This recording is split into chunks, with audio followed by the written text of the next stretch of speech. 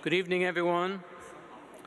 I'm Jon Coleman. I'm the Dean of the College of Liberal Arts, and it is my great pleasure to welcome all of you here tonight on behalf of the College, the Department of Economics, and the Heller-Hurwicz Economics Institute.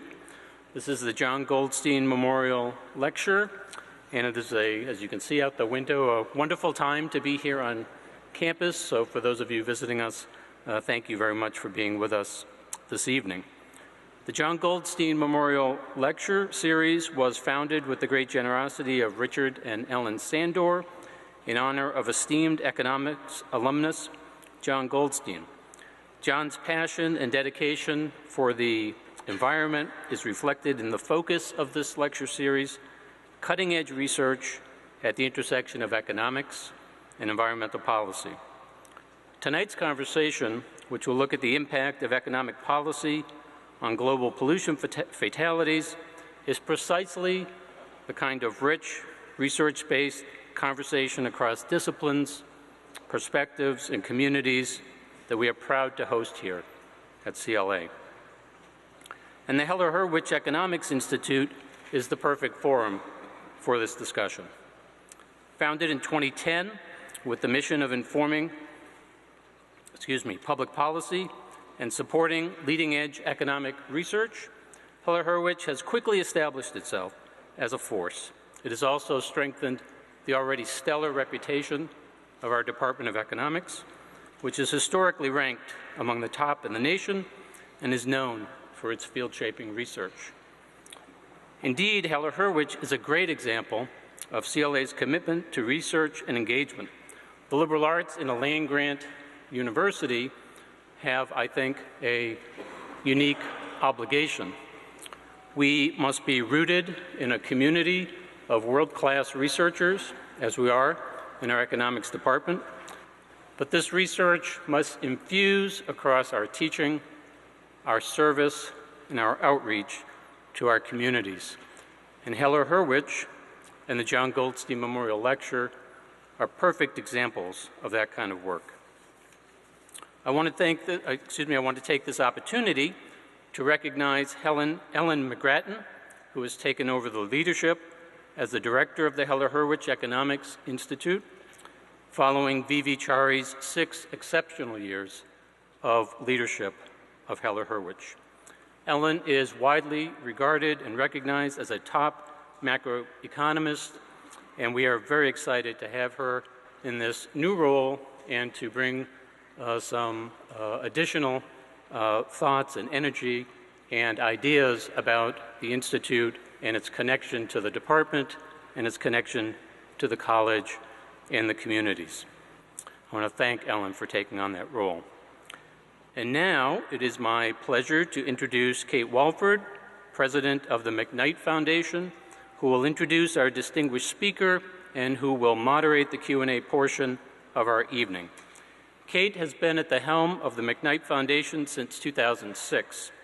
During her tenure, she led the development of the Foundation's climate mitigation and sustainability efforts and its impact investing program. In 2015, the McKnight Foundation granted more than $88 million to the arts, education and learning, Midwest climate and energy, Mississippi River water quality, and agricultural research, among many other fields. Kate, we are delighted that you could join us. Thank you all once again for being here. Please join me in welcoming Kate Walford.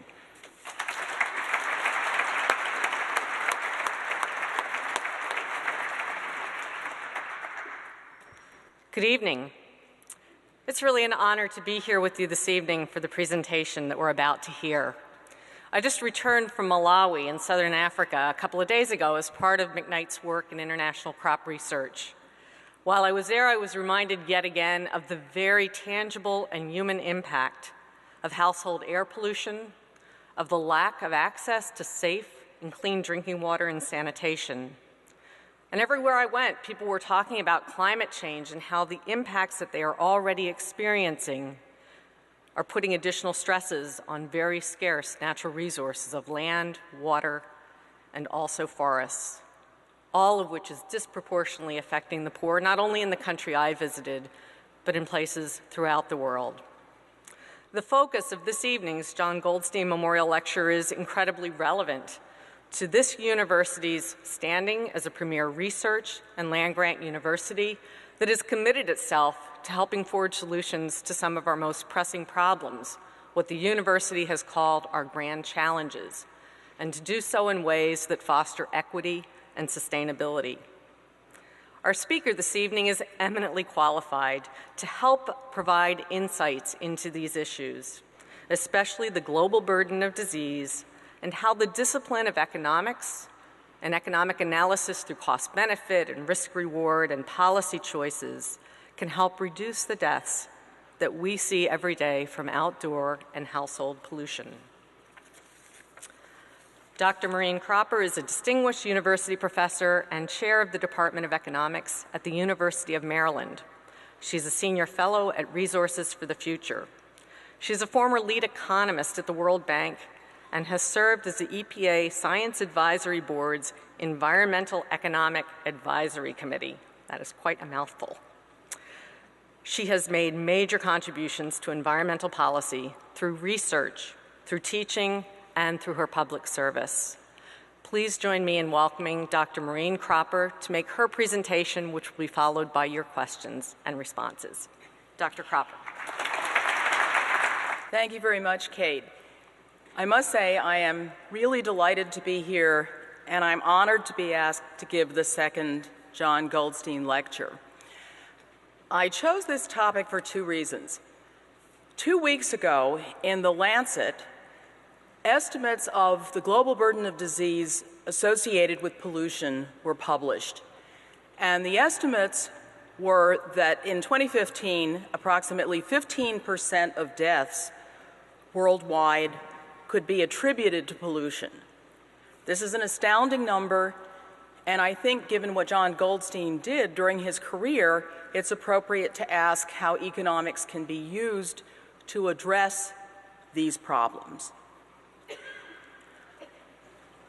To start with, if we look at what these deaths are being caused by and what they're associated with, approximately 2 million people died because of lack of access to safe water and sanitation.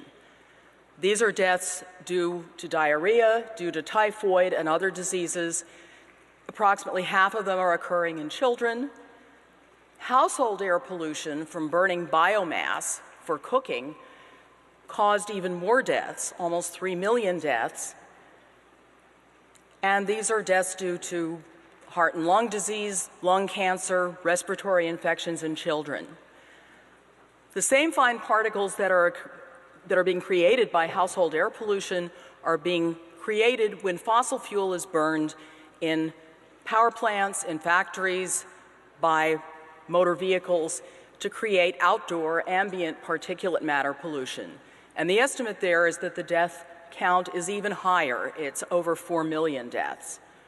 Ambient ground level ozone is much smaller, but together, this is an astounding number of deaths associated with pollution, considering that there were approximately 56 million deaths in 2015. If you group these according to traditional pollution problems, which are problems really of poverty and problems that are suffered by poor people, as Kate reminded us, then the good news is that, especially for water and sanitation deaths, these have been going down. The comparison here is with 2005. But there are still 2 million of these deaths. Household air pollution deaths have been going down, but not as fast. And modern pollution deaths are going up. It's important to understand where these deaths are occurring. So this slide is actually showing you, by World Bank income group, the percentage of deaths associated with each of these pollution problems. Not surprisingly, for problems of unsafe water and sanitation, low-income countries, countries where per capita income is less than $1,000 a year, and low-middle-income countries, where it's between $1,000 and $4,000 a year, are suffering essentially all of the burden of unsafe water and sanitation. Household air pollution, though, also affects upper middle income countries, which includes China, countries where GDP per capita is between $4,000 and $12,500. What's also surprising is how large the burden of modern pollution is in low-income countries. So half of the deaths due to outdoor air pollution, and I should also add the death rates are also higher in low and middle income countries. Half the deaths are occurring there. There are obviously a lot of people living there, but the death rates are also higher there than they are in high income countries, and significant deaths are occurring in upper middle income countries. This gives you some idea of where these pollution problems are occurring geographically. In terms of the percentage of population using solid fuels in 2010, you have anywhere from 50% to 90% of the population in sub-Saharan Africa, with the exception of South Africa, using solid fuels. In India, still in China, and in other parts of South and East Asia, this is really still a huge burden. In terms of where outdoor air pollution is occurring, this is actually an estimate from the 2013 Global Burden of Disease team of people's exposure to outdoor fine particles. That's what ambient PM 2.5 is. You can see that there are big exposures occurring in North Africa. Some of those are actually due to natural causes, to wind-blown dust. In India and China. In China, for example, population-weighted exposure to PM 2.5 is 5 times what it is in the United States. But to show you that this is the result indeed of not just of natural causes, this is showing you the change in fine particle exposures between 1990 and 2013, and you have really huge increases occurring in India and China. Largely, this is the result of burning coal. You can see the inset for India, and in areas where there are coal mines and coal-fired power plants, you see big increases in fine particle concentrations. So the question is, what can economists really do about this? Economists are good at doing 3 things. First of all, at least 3 things. They are very good at identifying the most cost-effective solutions to a problem.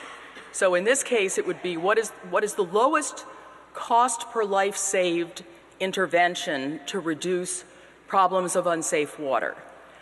Or if we're going to actually put a dollar value on the health benefits from interventions, what interventions have the highest benefit-cost ratio? Economists are also very good at formulating policies.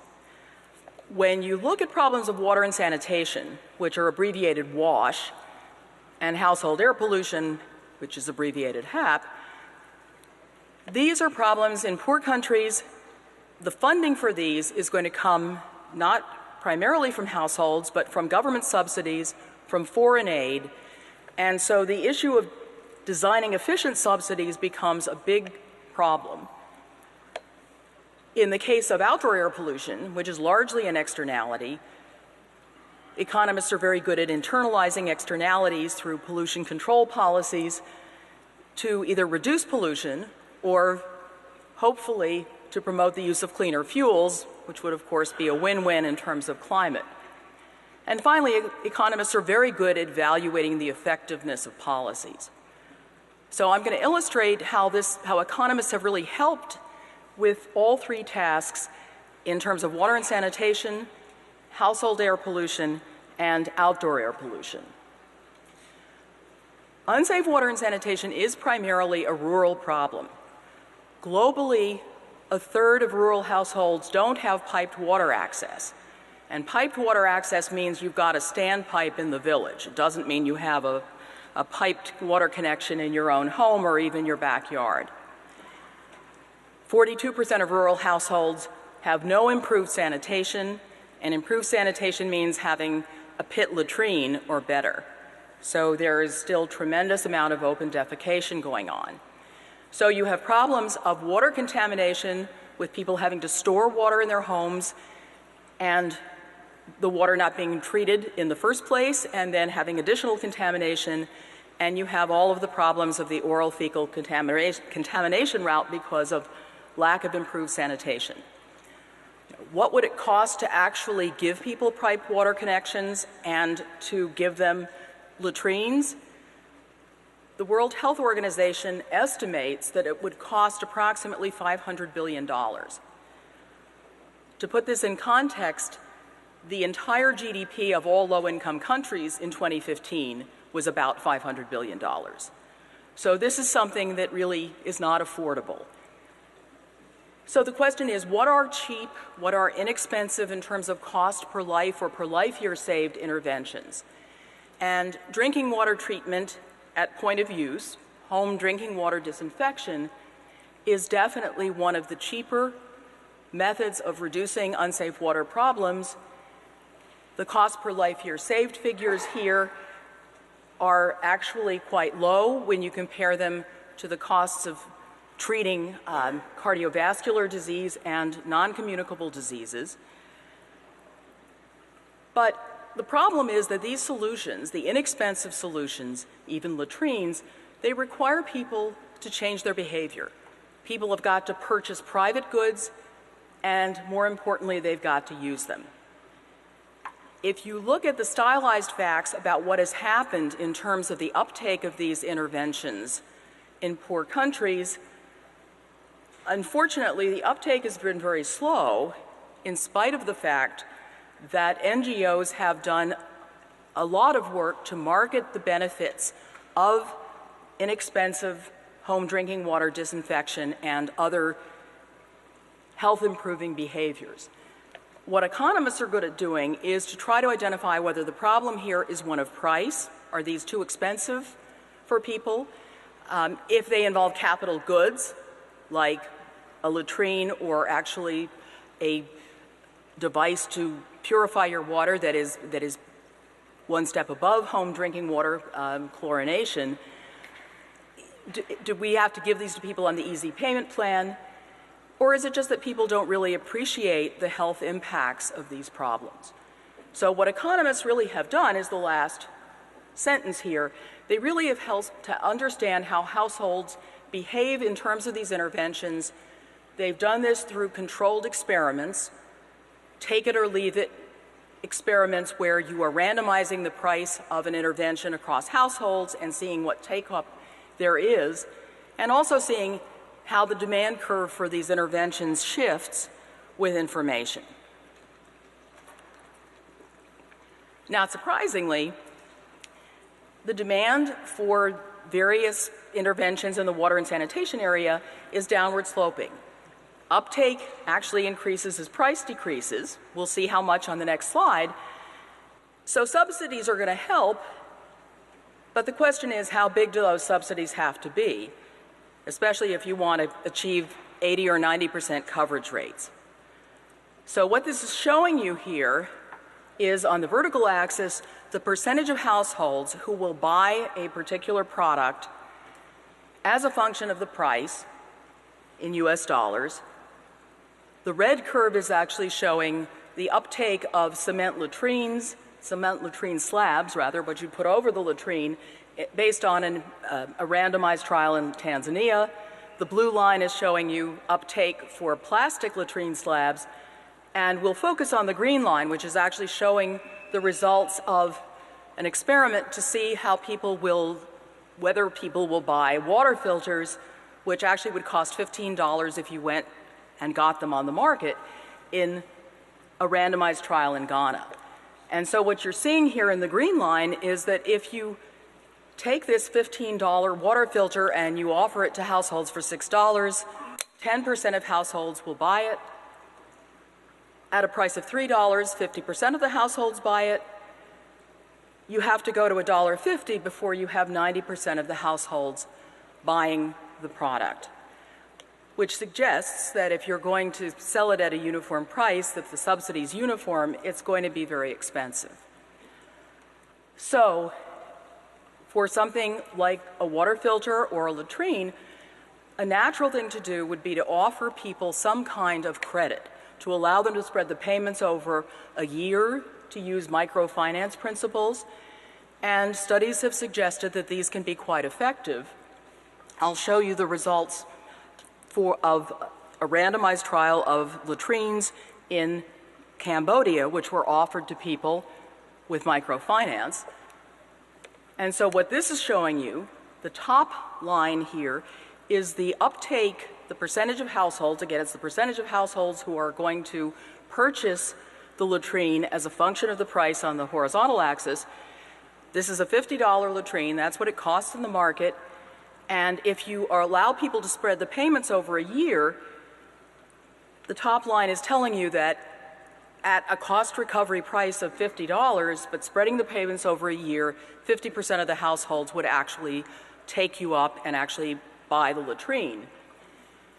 If they had to pay the whole $50 up front, that would go down to 10%, which is the amount that people are taking up with having to pay for it immediately, is the bottom line. So the point is that microfinance can help here in terms of the uptake of these interventions, but if you want this to be a 90% uptake in a village, you're going to have to lower the price so it's something like $10 to get the 90% uptake. The other issue has to do with whether people actually use latrines or the home water filters once they bought them. So there is a literature that explores this question of, if somebody's paying less for a good, are they likely to use it less? There's some evidence that that might occur. As it says, the results of the literature are unclear, but the problem is that sustained usage is less than 100%. In studies where you go back to a household a month after they have obtained a clone drinking water chlorination kit, between maybe 40% and 60% of households will still be using it. This is something that requires you using it every day in the prescribed way, and sustained usage is a problem. In the case of the Ghana water filters, about 80% of households were still using the water filter 6 months after they bought it. So the issue here is, resources are scarce. We need to target subsidies to the people who are going to use the product. There's a recent article in Science by Pascaline Dupas, Michael Kramer, and co-authors that suggests if you use vouchers, you give everybody a voucher, but in order to actually get the home drinking water disinfection kit, you've got to actually redeem the voucher. It's more likely that people who will go and redeem it will actually also use it. And finally, when you're comparing the cost effectiveness of these interventions with other health programs, you really do have to take into account to what extent people are using these interventions. Household air pollution affects, as it says here, 40% of households who are burning biomass for cooking. In cities, this might be biomass from charcoal. In rural areas, it's going to be wood, dung, crop residue. This picture here, which unfortunately doesn't show you, I think, quite the magnitude of the smoke problem, is a woman in Bangladesh who is cooking with a traditional stove. Her child is next to her, and I think you can see the smoke that's coming out. In this case, actually, she's somewhat ventilated the cooking area. It's not totally going into her lungs, although she will probably be cooking for several hours a day. It's also going to the out of doors. The two interventions that have been really pushed for improving the household air pollution problem are improved cook stoves. So cook stoves that still burn biomass, but they burn less of it because they're more efficient. Millions of these cook stoves have been distributed in India and China over the years. The problem with improved cook stoves is they really don't, even when well maintained, result in that large of a reduction, usually in indoor air pollution and other problems associated with biomass burning. So the focus for many people, I think, is to say, let's try to get people onto LPG stoves. Let's have them cooking with gas it's going to be more expensive and we have to worry about the supply chains, but it's also going to be much cleaner. The issues here, really the economic issues, are first of all, there are lots of externalities associated with burning biomass. Besides, well, there are externalities. There is deforestation occurring from fuel wood gathering. There are greenhouse gas emissions from biomass burning. And some of the biomass is actually causing outdoor air pollution. In India, it's estimated that 25% of ambient air pollution is from the burning of biomass fuels by households. So there's an incentive, there's a valid economic argument here for subsidizing households. It's an economist's task to figure out how large these subsidies should be, and then to actually find out how the financing gets to households. The other problem, which is similar to what we've just discussed for water and sanitation, is how to incentivize the uptake and use of cleaner stoves. And so here is the problem. If a household is deciding whether to buy a cleaner stove, and for that matter, whether to buy it, it's a matter of what they perceive the health benefits to be, and also the time savings. People will have to gather fuel wood less. Cooking is faster on a more efficient stove, but maybe those time savings aren't valued very much depending on who's actually doing the cooking. And the question of then how much it's costing the household, of course, depends on the financing scheme. And we'll look at the results of a couple of randomized trials there. The real question here, as I said, for economists, is to figure out the magnitude of the social benefits that occur if you switch from biomass to LPG. And if you wanted to optimally subsidize a program like this, you really would want to quantify those three types of benefits. Okay, so there have been randomized trials both for improved cook stoves and also for LPG stoves. Last year's presenter of the Goldstein Lecture, Michael Greenstone, actually conducted a randomized trial of 15,000 households in the state of Orissa, India, where essentially households were given improved cook stoves for free. And as it says on the slide, uptake went from 6% of households to 70% of households. So households were willing to take the stoves and begin to use them. The problem here is what's called stove stacking. That is, people will buy the stove or they'll use the stove, but they won't use it exclusively. They'll also continue to use a traditional stove, and so even at the beginning of this project, only 20% of households were really using the improved stove to cook most of their meals. Households are still using the traditional stove along with the improved cook stove, and that's obviously a problem. Perhaps a more surprising result is from a study recently conducted in Dar es Salaam, where stoves, LPG stoves, were sold at a 75% discount. These were $100 stoves. 70% of households offered that price, actually bought the stove, but they too continued to use their traditional stove, their charcoal stove, in the case of the households in Dar es Salaam.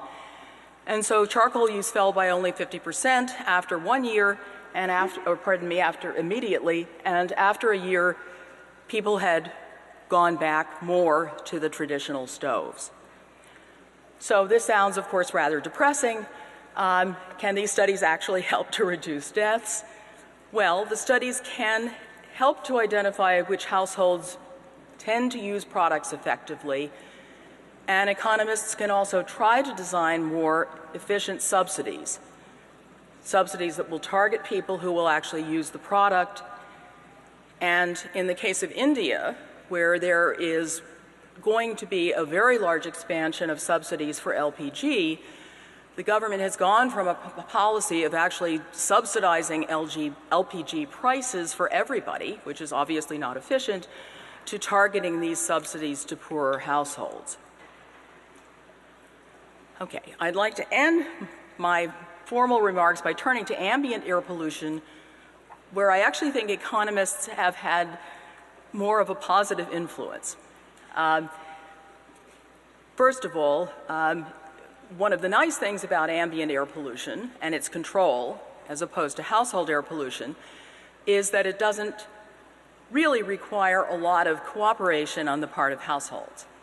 So, if you put a scrubber on a smokestack on a power plant, it will clear the air as long as it's working, and people, all they have to do is breathe. They don't have to do anything in terms of changing their behavior. The way that we've controlled outdoor air pollution in the U.S., which has primarily come from the burning of fossil fuels, is we have put very stringent requirements and controls on power plants, factories, cars. And even though, as the slide suggests, people can have a negative impact here, they can, drive their dirty car for longer. Nonetheless, eventually these controls really do have an impact, and they've had a huge impact on air quality here. They're also really expensive. So the cost of the Clean Air Act amendments of 1990 in the year 2020 is estimated by the US EPA to be $65 billion. The reason why we've still had very stringent controls in spite of their large cost is that economists have helped to justify these controls based on benefit-cost analysis. In particular, it's the health benefits and primarily the mortality benefits that are driving the large benefit estimates that economists have come up with for air pollution regulations in the U.S.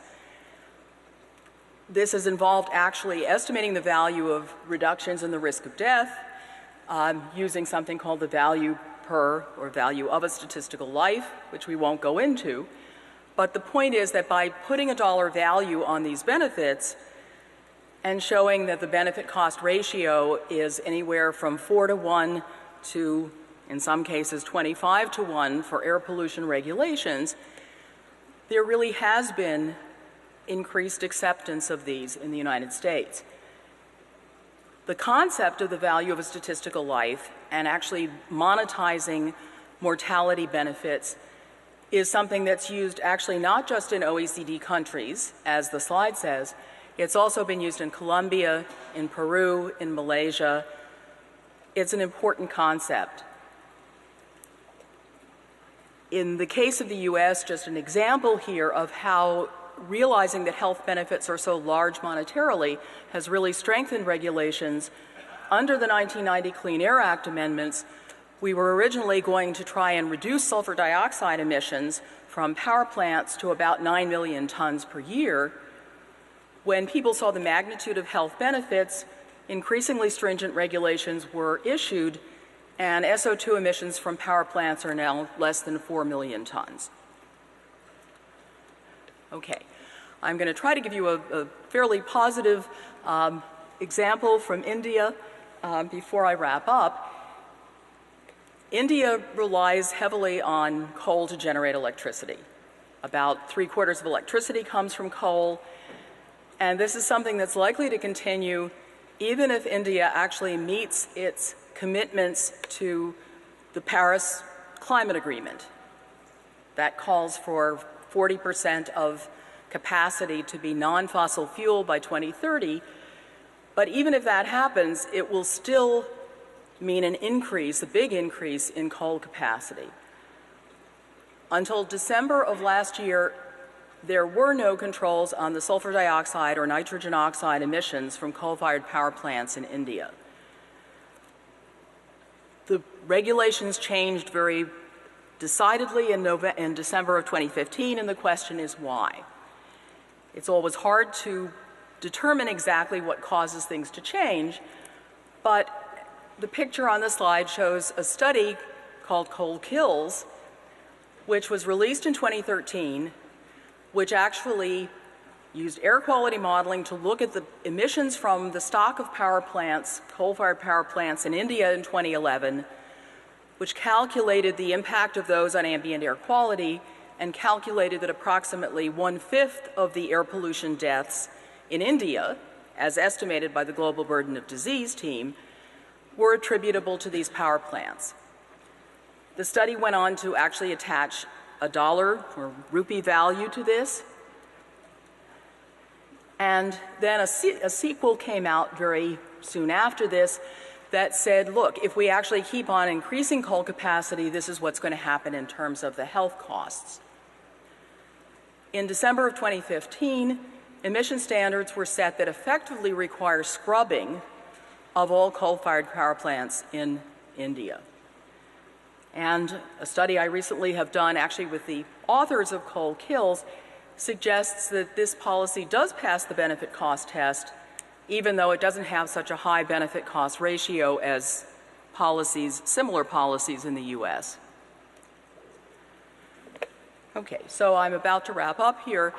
If we go back to this question, does economics or can economics reduce global pollution deaths? I think actually in the case of pollution from fossil fuels, outdoor air pollution, economists can actually add a lot of value by determining whether the health benefits of reducing pollution exceed the costs. This really can have political traction, and although we haven't discussed it in detail, economists are also very good at designing policies to reduce emissions by a certain amount in the least cost way. For example, by constructing markets. We won't go into that, though. In the case of unsafe water and sanitation and household air pollution, the problem is much harder because of the fact that you require households to really change their behavior.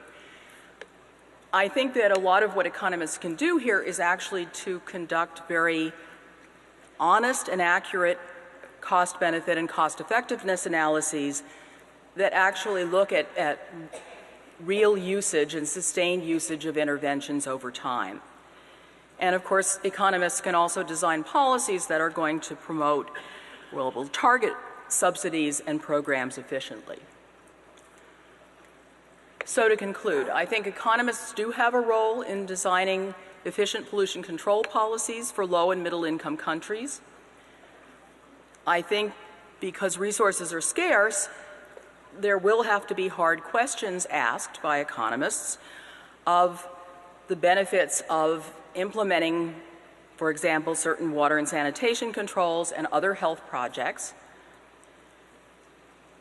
Climate financing, in theory, offers a great option for supplying resources to both finance household air pollution reduction by switching to LPG.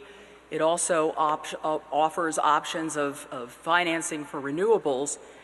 The question there is actually marshaling this and having carbon markets that operate efficiently and can actually convey these resources. But of course, in the end, I'm afraid it's not economists who make these decisions.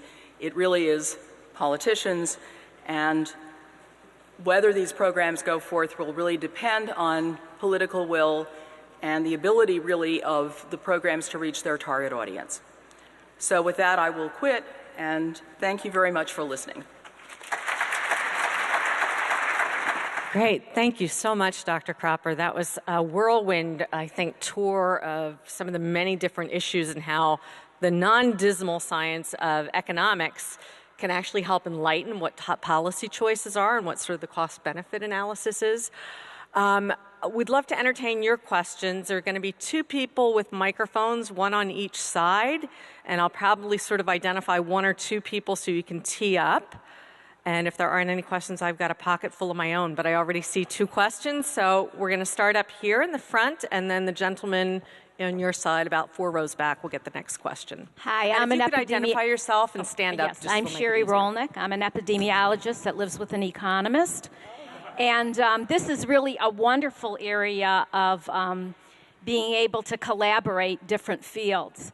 As I'm listening to this and you talk about perceived benefit, you know, this is something where I see economists working hand in hand with epidemiologists. I wondered if any of the studies had some sort of systematic checking of how much health education went on before any intervention took place. If these people don't perceive that there's going to be a big benefit, they will never change their behavior. That's true in our country as well as poorer countries. So, actually, a former student of mine in a study in Bangladesh to promote thank you, Phoebe, to promote improved cook stoves began by actually asking, this is women, their impression of the risks from indoor air pollution from smoke versus other health risks. You know, if you ask somebody, is smoke bad for you, everybody will say yes. If you ask them, is it worse than having contaminated water, I think something like 80% of the inhabitants say no, that contaminated water is worse. People were also asked to make trade-offs between getting an extra, X dollars, and if would they take that, or would they use it to get a clean stove, or would they use it to get a borehole well, and so forth. And the clean stove, unfortunately, was not very high on the list of priorities. In these randomized trials where you're saying to a household, you can buy the product at this price, take it or leave it, in almost every case I can think of, there is an information treatment being given to the household to tell them about the health impacts. There is a marketing pitch that is targeting health before you're asked, would you buy it or would you not? I know of one study, actually, which was done to look at the impact of actually testing people's drinking water to tell them how contaminated it was with E. coli, and did this change their uptake of home drinking water disinfection. And in this case, for very low-income people, yes, it did affect, or I shouldn't say just low-income, but low education level people, it did have an impact. Although if you looked at whether they were still chlorinating, 6 months later, unfortunately, it didn't. So, I mean, economists do want to look at the impact of information, and certainly have tried to convey this message, but I think there are just other competing needs and, other competing needs here. Professor, my name is Grant Merritt, and in the 1950s, I was very fortunate to have Walter Heller as my professor for a year in public finance and fiscal policy in the Public Administration Center here at the University of Minnesota. And later on, I became head of the Minnesota Pollution Control Agency in the 70s. And about 1972, I called up Walter Heller, who was back then from Washington, where he headed the Council of Economic Advisors for Kennedy. And he realized that economists had to get into politics. He wasn't necessarily into the environment back then. But I called him up and asked him. Could you just hold the microphone a little bit closer? I called him and asked him if he could send me an environmental economist to go to work for the Minnesota Pollution Control Agency. He said, no, there weren't any. So I'm very pleased that now there are some. And then I have a question for you. Here in Minnesota, we have a huge problem with agricultural pollution. You probably have heard of that. If you haven't, you have to realize that the Mississippi and the Minnesota rivers are polluted by runoff from fertilizer and pesticides and herbicides. And of course, as you know, all of that's exempt from the Clean Water Act of 1972. So we have both health and environmental problems, environmental pollution. Habitat is affected, fish are affected, but in the rural areas, the wells are contaminated, probably 50%, maybe even more in some cases, with nitrates, which causes the blue baby disease. What can we do about that? What the economists do about that problem with the exemption from the Clean Water Act? Okay, so if everybody heard the question, it was in relation to the Clean Water Act, and particularly issues here in Minnesota with agricultural runoff and issues with wells that are exempt from the Clean Water Act. So what can an environmental economist bring to bear in analyzing and thinking about policies on that? Okay. Well, first of all, I should say that most of my work is in environmental health, and you mentioned the fact that with nitrate pollution, you do indeed have problems of blue babies and so forth. The health impacts of the kind of pollution that you're talking about are actually somewhat limited, and to be honest with you, when you look at environmental policy, actually across many countries, I mean, in terms of outdoor air pollution, people target it first because, of course, it really has a very big impact on people and on health, especially. So in the case of the kinds of water pollution you're talking about, which certainly can have significant non-health impacts, I think they don't get highest priority because they don't affect human health. In terms of the benefits and the costs of the Clean Water Act, I should plug a recent study by Joe Shapiro, actually a student of Michael Greenstone's who's at Yale, a professor at Yale, who is engaged in a very, very careful study of what have been the costs and to some extent the benefits of the Clean Water Act, which of course, as you said, have really focused on surface water pollution control, the construction of water treatment facilities and so forth, so it's really focused on other things. So I agree that these are problems. I think that the important thing here would really be to look at non-health benefits that are associated with this sort of control, and I must confess, this is not exactly my bailiwick, but there are environmental economists who deal with this. Good evening. My name is Russ Kegaby, and I live in Minnesota here. I was interested to go back on the first part with the stoves and so forth. To what extent, it sounds like most of the economists you've had involved with this are more classical economists. To what extent have you involved behavioral economists? But I'm also thinking of other disciplines like sociologists, anthropologists, product design people, to figure out, besides the price aspect, why people aren't implementing the use of these. Okay, well, in terms of economists collaborating with other disciplines, in all of these field experiments, and I must say there are really dozens and dozens of them, economists do involve sociologists and anthropologists. I mean, they're not simply going in a simple-minded way to do a randomized trial where price is being varied. So, as I said, this study that I referred to a few minutes ago that was done in Bangladesh by a former student of mine, Mushfiq Mubarak, who's now a professor at Yale, the idea there really was to try to see how people, prioritized indoor air pollution versus other problems. I think that in the case of indoor air pollution, that the nuisance value of smoke is something that really is appreciated. I think that the link there between health and exposure is a longer link. It's a longer impact. About 60% of the deaths I talked about on the first slide from household air pollution are actually occurring in older people. It's not something that's just affecting children. And so I think that the link there is harder. I mean, I think also in terms of people not actually taking up some of these interventions, it has to do with intra-household decision-making.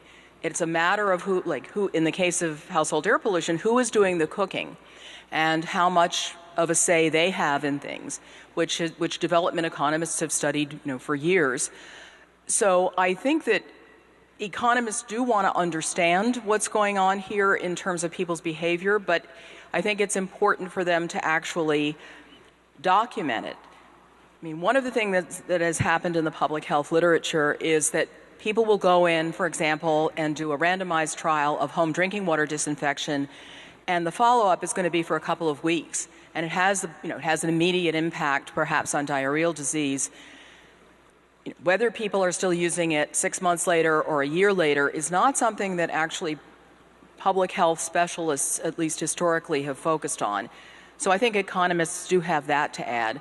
But economists do collaborate with people in other disciplines, and also especially with epidemiologists with whom I've co-authored many things. Yes. But in any case, yes, there is collaboration. Terrific. We have time for, I think, 2 more questions. So this gentleman, and then I think somebody was waiting up front. Bob Hammond from Sudan, Minnesota. You mentioned microfinance, and I think over the last 20 years, while we've seen some individual success stories from microfinance, we haven't really seen the community economic development that we expected. So if we use a microfinance model for creating debt to buy stoves in poor communities, are we going to generate the economic activity in that community to service that debt? Thank you. Well, you raise a really important issue, and that has to do with the economic productivity impacts of the types of pollution that I discussed. And this is something that microeconomists have examined in very small-scale studies. When macroeconomists have looked at this more, and, well, first of all, if you try to use cross-country evidence to see if there really is an impact of these health improvements on GDP growth, difficult as that is to do well statistically, there hasn't been a lot of impact found. There are micro studies that are trying to look at this, but I think that there are 2 questions here. One is whether you're going to get the person to buy the latrine by spreading the payments out. The other is whether an improvement in sanitation is actually going to improve income generation by the household, and that's a much harder question. Great. Last question, please. It was a great talk. Thank you. I think there's one issue, part of statement and part of question. And part of it, my name is Richard Sandor. I'm pleased to be here, an alumnus, a proud alumnus of the Department of Economics. And Jon Goldstein was my classmate, my dear and closest friend. And just for the audience's edification, Jon really worked very closely with me on the acid rain program, as you know. And the big question is, or one of the big questions was that you posed is how do economists, help? And Jon thought markets were a good way to do it, as I did. And we know that the acid rain program was the singly most successful, probably environmental program. So economists can urge to pass legislation would cap pollutants and then allow the price of the pollutant to emerge out of markets. So having said that, you don't necessarily have to teach people or educate you. Price can be an incentive and whatnot. So economists can do that. The question then becomes, because water is your focus, what are your thoughts about the success of the water program, water markets in the Murray-Darling Basin, and all of those pricing of water that has eliminated water shortages, and programs that deal with water quality, and how when you price those, how do you rank those programs as opposed to command and control, taxes and subsidies, and how do you view the success of those markets? Okay, well, I was going to say this is a whole other topic. Now, I did try to get one bullet point in on the outdoor air pollution slide where I said that economists are very good once you've set a cap or at finding a cost-effective way of meeting that. And so the acid rain program is a good example of that. And hopefully in the case of climate, there will be attempts to do this too, or there are attempts being made to do this. I must confess that I'm not an expert on water markets and water markets in the U.S., which I think are a very difficult topic. And if Michael Hanneman were here giving the Jon Goldstein lecture, he could tell you extensively, he could answer that question for you very well. So I can't really talk about the success or failure of water markets, but you're right that economists have also contributed, especially when it comes to situations where you're capping pollution or you're setting CAFE standards and you want to allow trading to reduce the cost of meeting them. Economists are very good at setting up those markets.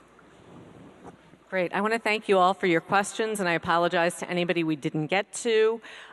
It's my pleasure now to introduce and invite Dr. Kaler, president of the university, to come and give closing remarks, and a final thank you to Dr. Cropper.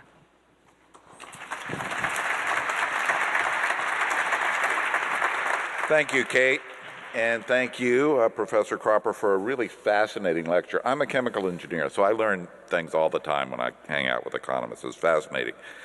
We at the University of Minnesota, as most of you know, are focused on tackling the grand challenges of the world. We've prioritized our research, we've prioritized our teaching, and included grand challenge courses in our curriculum across the university, but particularly in the College of Liberal Arts. It's wrapped up in an interdisciplinary approach to the most pressing issues of the day, including, of course, environmental sustainability. And that's why the lecture we have just heard fits so nicely with the direction of the university and the direction of the College of Liberal Arts that Dean Coleman is driving. So thank you, Maureen, very much. And of course, the occasion is the second lecture, second annual Jon Goldstein Lecture, co-hosted by the world-renowned Department of Economics here in our extraordinary Heller-Hurwicz Economics Institute. As many of you know, Jon was a scholar with interdisciplinary instincts, insights, and conclusions. He received a PhD in economics from the University of Minnesota in 1964. He was well known for his personal and professional commitment to the environment, long before climate change became a popular concept, and he went on to have a 35-year career in public service. We are incredibly proud to be able to count people like Jon among our alumni, people who take the knowledge and skills they learn at Minnesota and apply them to our grand challenges. I want to thank Jon's wife, Anne, and his daughter, Julia, who have joined us tonight. Where are you? Please, welcome.